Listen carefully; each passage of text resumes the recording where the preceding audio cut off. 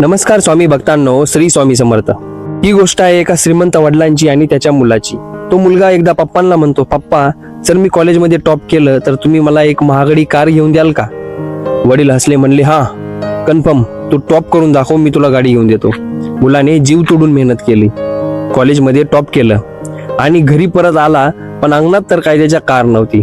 वडील त्या खोलीत उभे होते आणि त्यांच्या हातात एक गिफ्ट होतं। मुलाने गिफ्ट उघडलं आणि बघितलं तर आतमध्ये रामायण होतं। मन तुटलं, रागाच्या भरात त्याने घर सोडलं आणि एक चिठ्ठी लिहून गेला, आई जिवंत असती तर माझी इच्छा नक्की पूर्ण झाली असती। वर्षानुवर्षे मेहनत करून त्याने त्याच कारला विकत घेतलं, पण त्या दिवशी एक विचार मनात आला, या कारसाठी मी माझ्या वडिलांशी नातं तोडलं का? त्याने घरी लगेच फोन केला, तेव्हा कळलं वडील 10 दिवसांपूर्वीच हे जग सोडून गेले होते। त्यानंतर तो घरी जातो, खोलीत तीच रामायण ठेवलेली असती। उघडली, आत एक चिठ्ठी होती, बेटा कार मी तुला देणारच होतो, पण तिच्या सोबत संस्कारही द्यायचे होते, म्हणून तुला ही रामायण दिली।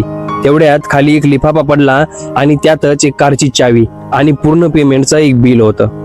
मुलगा ढासाढासा रडू लागला। मित्रांनो, ही गोष्ट फक्त त्या मुलाची नाही, आपली सर्वांची आहे। देव आपल्याला प्रत्येक वेळेस काही ना काहीतरी गिफ्ट देतो, फक्त कधी कधी त्याची पॅकिंग वेगळी असते। स्वामी भक्तांनो, प्रत्येक गिफ्ट स्वीकारायला शिका, कारण जे पण होतं ते चांगल्यासाठीच होतं। हेच आयुष्याचं सर्वात मोठं रहस्य आहे।